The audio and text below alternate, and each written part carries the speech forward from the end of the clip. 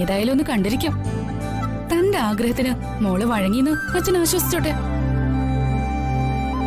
ഞാൻ നേരത്തെ പറഞ്ഞ ബോധ്യപ്പെടുത്തൽ.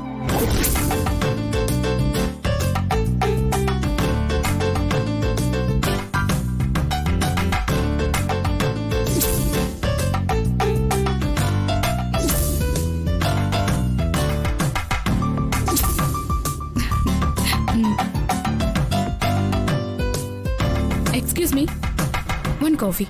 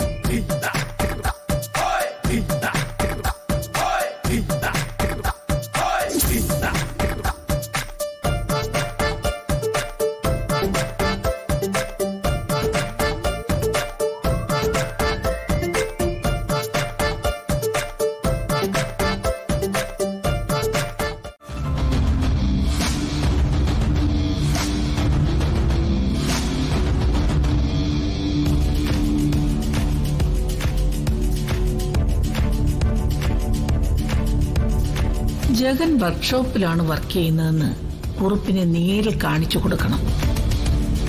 എന്നാലേ ജഗനെ കുറുപ്പ് കൂടുതൽ വെറുക്കൂ. എടാ, ഇന്നലെ ഇടിച്ച നിന്റെ കാറ് ഇവിടെ അടുത്തുള്ള വർക്ക്ഷോപ്പിലല്ലേ നന്നാക്കാൻ കൊടുത്തിരിക്കുന്നേ? അതെ. എന്നാ കേറി പണി എന്തായെന്ന് നമുക്ക് നോക്കിട്ട് പോകാം. അല്ലേശി, ഇന്നലെ വസന്തയുടെ മോളുടെ പുടവടക്ക് ചെല്ലാമെന്ന് പറഞ്ഞത്. നമ്മളിപ്പോ അങ്ങോട്ടല്ലേ പോകുന്നേ? ഓ, നിനക്കല്ലല്ലോ അവള് പുടവ വരുന്നത് സമയത്തിനങ്ങ് ചെല്ലാൻ. ഇത് കഴിഞ്ഞിട്ടങ്ങ് പോയാ മതി. അതെ, അവിടെ അത് കൃത്യമായിട്ട് നടന്നോളും. നമ്മൾ താമസിച്ചാലും പുടവകോടെ അവിടെ കൃത്യമായിട്ട് നടന്നോളും. ശരി കണാ, വണ്ടി നേരെ വർക്ക്ഷോപ്പിലിട്ട് വിടറാ. ശരി സാർ.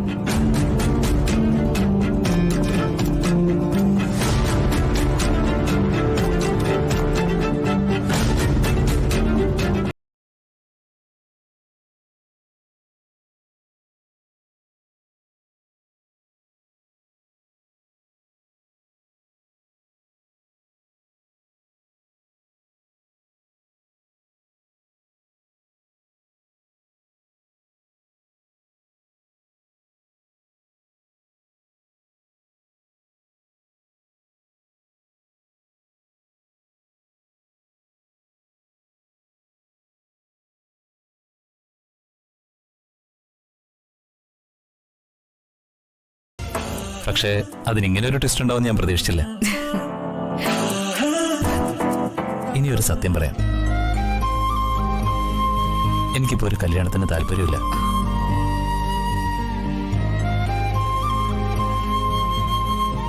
അച്ഛൻ വളരെയധികം നിർബന്ധിച്ചിട്ടാ ഞാൻ ഇങ്ങനെ ഒരു വേഷം കെട്ടൽ നടത്തിയത്. ദേവി, എനിക്ക് കല്യാണത്തിന് ഒട്ടും താല്പര്യമില്ലെന്ന്.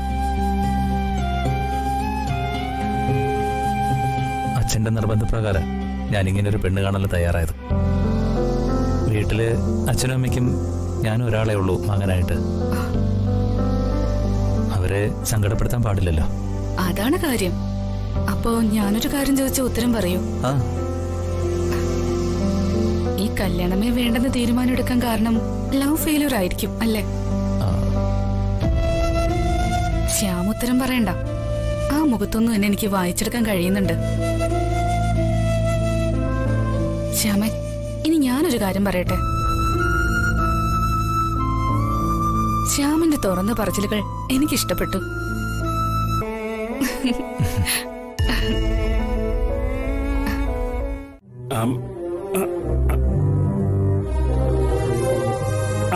കഴിച്ചു.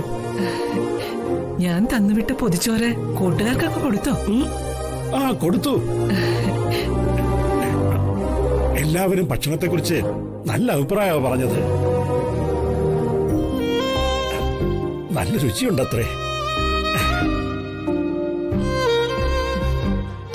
എന്താ ഭക്ഷണപ്പൊതിയുടെ കാര്യമൊക്കെ പറയുന്നേ?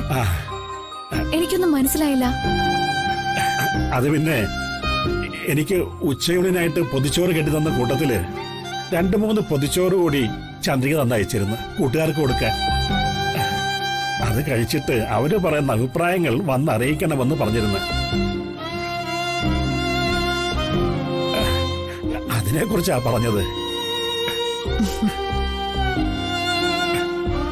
ചന്ദ്രികയുടെ കൈപുണ്യത്തെക്കുറിച്ച് അവിടെ എല്ലാരും വാതോരാതെ സംസാരിച്ചു.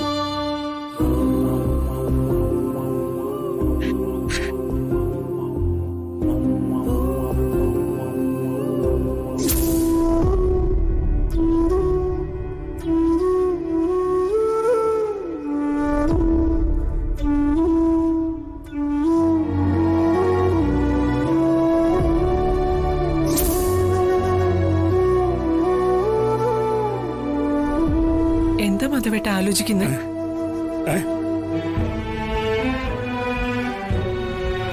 ഒന്നുമില്ല.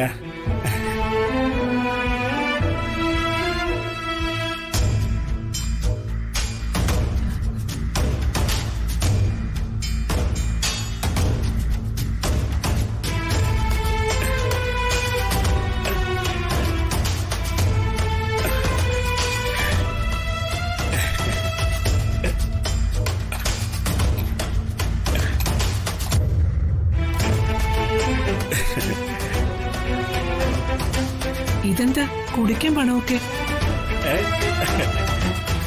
ഈ ചെറുകിട സമ്പാദ്യ പദ്ധതി എന്ന് കേട്ടിട്ടില്ലേ?